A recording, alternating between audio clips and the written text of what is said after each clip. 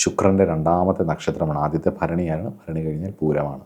ഭാഗ്യത്തിൻ്റെയും ഐശ്വര്യത്തിൻ്റെയും ദേവതയായിരിക്കുന്ന ഭഗനാണ് ഈ നക്ഷത്രത്തിൻ്റെ ദേവത. അതുകൊണ്ട് തന്നെ പൊതുവേ ഈ നക്ഷത്രത്തിൽ പെട്ടവർക്ക് ഭാഗ്യവും ഐശ്വര്യവും ഒക്കെ ഉണ്ടാവും എന്നാണ് പൊതുവേ പറയുന്നത്. പക്ഷെ ചിലയിടത്ത് അങ്ങനെയല്ല കണ്ടിട്ടുള്ളത്, ഭാഗ്യഹീനരായിട്ടുള്ളവരെയും കണ്ടിട്ടുണ്ട്.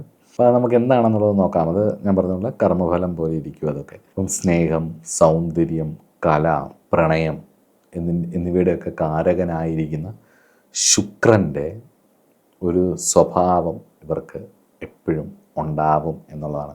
അതോടൊപ്പം തന്നെ രവിയുടെ രാശിയും കൂടാണ്. രവിയുടെയും ശുക്രൻ്റെയും ഒരു കോമ്പിനേഷൻ ഈ നക്ഷത്രക്കാർക്ക് വരും എന്നുള്ളത് കൊണ്ട് തന്നെ ഇവർക്കൊരു രാജകീയ പ്രൗഢിയും ഒക്കെ ഉണ്ടാവും, മകം പോലെ തന്നെ. അതുകൊണ്ടാണ് പൂരം പിറന്ന പുരുഷൻ എന്ന് പറയും. ഒരു ലീഡർഷിപ്പ് ക്വാളിറ്റി, ആ രവിയുടെ ക്വാളിറ്റി, രവിയുടെ സ്വക്ഷേത്രമല്ലേ, ആ ക്വാളിറ്റി വരുന്നത് കൊണ്ടാണ്.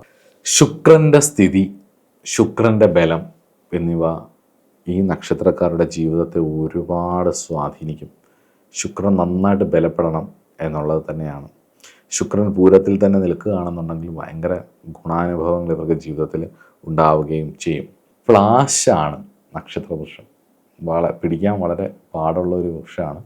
അപ്പം ഭാഗ്യസൂക്തം പഠിക്കുന്നതും നിത്യവും ജപിക്കുന്നതും ഭാഗ്യസൂക്ത പുഷ്പാഞ്ജലികൾ നടത്തുന്നതും ഭാഗ്യസൂക്ത അർച്ചന നടത്തുന്നതും ക്ഷേത്രങ്ങളിൽ പോയിരുന്ന് ഭാഗ്യം വരാൻ വേണ്ടിയിട്ട് ഭാഗ്യസൂക്തത്തെക്കുറിച്ച് മനസ്സിലാക്കുന്നതും ചെയ്യുന്നതും ഒക്കെ ഇവർക്ക് വളരെ വിശേഷമാണ്. നക്ഷത്രദേവതയുടെ അനുഗ്രഹം ജീവിതത്തിൽ സമ്പൽ സമൃദ്ധി ഉണ്ടാക്കും. മൃഗം ചുണ്ടലിയാണ്, ഗണം മാനുഷിക ഗണമാണ്, സ്ത്രീയോനി നക്ഷത്രമാണ്. അപ്പം പ്രത്യേകിച്ച് പുരുഷന്മാർ ഇതിൽ ജനിച്ചു ഇവർക്ക് ഇമോഷണൽ നീഡ്സ് ഭയങ്കര ആവശ്യമായിരിക്കും. ജാടയൊക്കെ കാണിക്കുമെങ്കിൽ ഇവർക്ക് ഇമോഷണൽ നീഡ്സ് വേണം. അപ്പോൾ സ്നേഹത്തിനോടും സൗന്ദര്യത്തോടും കലയോടും ഇമോഷണൽ നീഡ്സിനോടും ഒക്കെ ഒരു താല്പര്യമുള്ളവരായിരിക്കും. നക്ഷത്രഭൂതം ജലമാണ്.